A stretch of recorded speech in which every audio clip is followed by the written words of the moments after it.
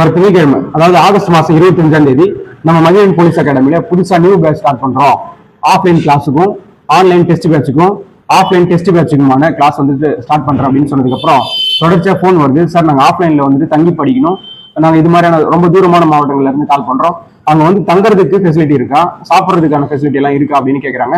தொடர்ச்சியா போன் பண்றவங்களுக்கு சொல்லலாமே அப்படின்ட்டு இந்த பதிவு. நீங்க தங்கி படிக்கிறதுக்கு தமிழ்ல இருந்தாலும் தங்கச்சிங்களா இருந்தாலும் ஒரு நாளைக்கு 30 ரூபான்னு சொல்லிட்டு ஒட்டுமொத்தமா ஒரு மாசத்துக்கு 9,000 ரூபாயும், சாப்பிட்றதுக்கு ஒரு நாளைக்கு 100 ரூபான்னு சொல்லிட்டு மாசத்துக்கு 3,000 ரூபாயும் செலவாகும். மொத்தமா தங்குறதுக்கு சாப்பிட்றதுக்கு ஒரு அப்ராக்சிமேட்டா 4,000 ரூபான்னு வச்சுக்கலாம்.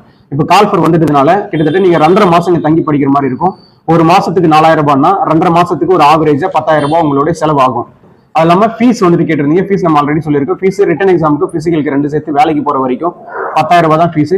உங்களுடைய ஃபீஸ் 10,000 ரூபாய், உங்களுடைய செலவுக்கு அதாவது நீங்க தங்குறதுக்கு சாப்பிட்றதுக்கும் செலவுக்கு 10,000 ரூபாய் அப்படின்ட்டு ஒட்டு மொத்தமா ஒரு 20,000 ரூபாய் வரைக்கும் செலவாகும். சாப்பாடு வந்துட்டு மெஸ்ல தான் சமைச்சு கொடுக்க போறோம். நீங்க டைமுக்கு சாப்பிடலாம், படிக்கலாம், உங்களுக்கு நிறைய நேரம் வந்து மிச்சமாகும். அதனால ஈஸியாவே படிச்சு அதிக மார்க் எடுத்து கிளியர் பண்ணி வேலைக்கு போகலாம். உங்களுக்கு இன்னும் இது சம்பந்தமா ஏதாவது சந்தேகம் இருக்குன்னா கீழே இருக்கிற நம்பருக்கு கால் பண்ணுங்க. நன்றி.